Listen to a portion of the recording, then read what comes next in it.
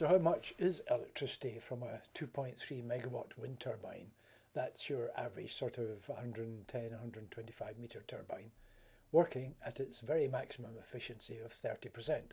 It's only 30% because obviously sometimes it's not even doing anything at all, it's standing still. The calculation is quite simple.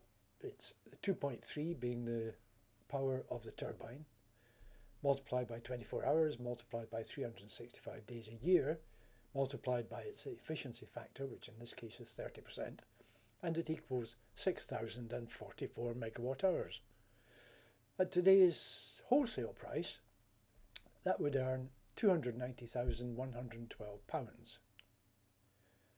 At today's subsidy price, that would add £253,848.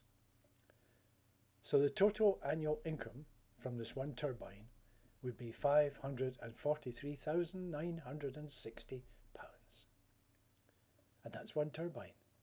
Over 25 years, that becomes £13,599,000 just from one turbine. Scotland already has 2,400 wind turbines, with another 1,163 with full planning permission being built or waiting to be built. And in the wings, there are hundreds and hundreds and hundreds more, just waiting for us to subsidise them.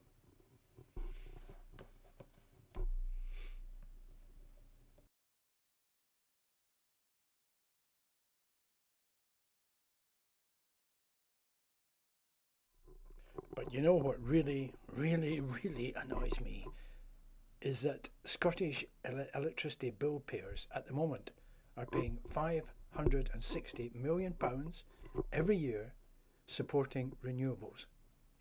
That is forecast by the experts to go up to £1.6 billion every year by the year 2020, 6 years from now. The owners of wind farms and renewable electricity sources are guaranteed to get this subsidy for 25 years. We can't get out of it. It's costing us a fortune. But there's another side to this. For all they talk about how it's worth paying all this money out in renewables to save the planet, cut down CO2, which is a load of old cods, there's another side that says all these wind farms have to be connected up to the grid. And that costs a lot of money, and you rarely hear anybody talking about it. It's estimated that the pylons to bring the electricity from Beaulieu down to Denny is 700 million minimum. They've just announced an undersea cable across the Murray Firth, 1.2 billion, which on that basis makes the cable from the new Shetland wind farm that's going to be built about what, 1.5 to 2 billion pounds. The cable out to the Outer Hebrides, 750 million.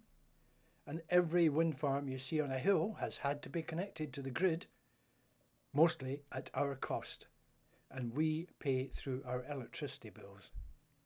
The other interesting thing about who pays is that the money for subsidies is not paid through the exchequer. In other words, anything you pay in income tax or VAT or petrol tax does not help pay for subsidies. Subsidies to renewables, the cost of, is added directly to your electricity bill.